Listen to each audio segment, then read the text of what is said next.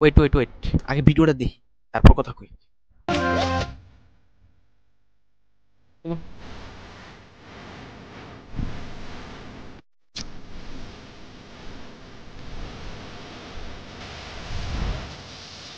চুলকানি রোগ আছে।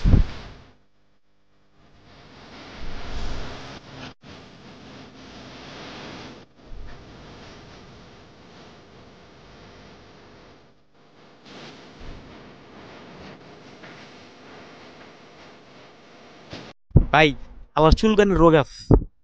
300 রোজের কামলা দিয়ে চুলকানা এর মলম লাগবো ওর। ভাই হয়তো আমার দেশের না, ওরা দেশের হলে একটা মলম দিয়ে দিতাম। হালার পুতে, এটা তো পাকিস্তান থাকে, ওর একটা মলম দেওয়ার দরকার।